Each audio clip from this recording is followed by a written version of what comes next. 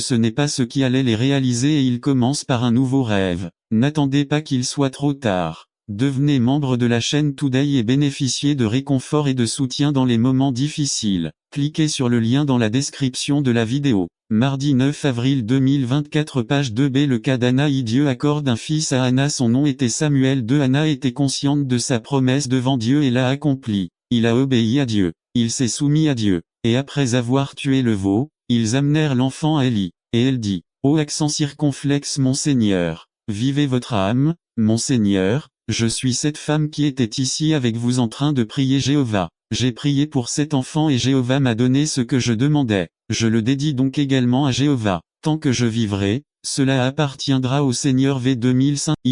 Que feriez-vous? Le fils que tu as toujours désiré, ton épanouissement, ton rêve. Mais Anna l'avait promis à Dieu, et avec un cœur prêt et volontaire, il le met au service de Dieu. Elle ne le verrait pas grandir, elle ne profiterait pas de lui, mais sa joie était en Dieu et voir son fils le servir lui suffisait. C'était sûrement une étape difficile, mais elle a obéi à Dieu. Ses frères, au milieu de n'importe quelle situation, que nous réalisions ou non nos rêves, obéissons à Dieu. Il doit être notre tout, il doit être notre rêve. Nous devons l'aimer avant tout dans l'univers. Il est notre Dieu. Conclusion. Rêves frustrés. Nous en avons tous eu ou les avons tous, mais au milieu d'eux, nous devons aller, faire confiance et obéir à Dieu. Il a un plan pour nos vies dans lequel même nos rêves frustrés font partie du mécanisme. Anna, la femme stérile, a eu un fils qui est devenu un homme clé dans l'histoire d'Israël. Regardons nos rêves frustrés du point de vue du grand plan de Dieu pour ce monde. N'attendez pas qu'il soit trop tard. Devenez membre de la chaîne, soutien dans les moments difficiles. Cliquez sur le lien dans la description de la vidéo. Mardi 9 avril 2024 page 3. Se préparer au réveil. Résumé.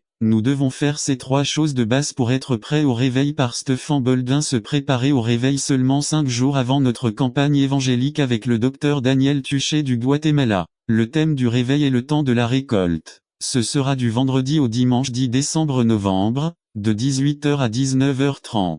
Et nous nous y sommes beaucoup préparés. Maintenant, j'ai 2 questions. Croyons-nous que Dieu agira? Nous attendons d'entendre de grands messages, mais attendons-nous que Dieu agisse? Je vous défie. Qu'attendez-vous de Dieu? Deuxième question. Sommes-nous prêts? Qui demande à Dieu de déclencher un réveil dans son cœur? Qui confesse et se détourne du péché? Qui se plaint de ses offenses contre Dieu? Ésaïe 59 1-2 dit 1. Voici, la main de l'Éternel n'est pas raccourcie, oreille lourde pour entendre 2. Mais vos iniquités se sont séparées entre vous et votre Dieu, et vos péchés vous ont caché sa face afin qu'il n'écoute pas. Jérémie 17 9 Le cœur est trompeur par-dessus tout, et désespérément méchant. Qui le connaîtra? Regardez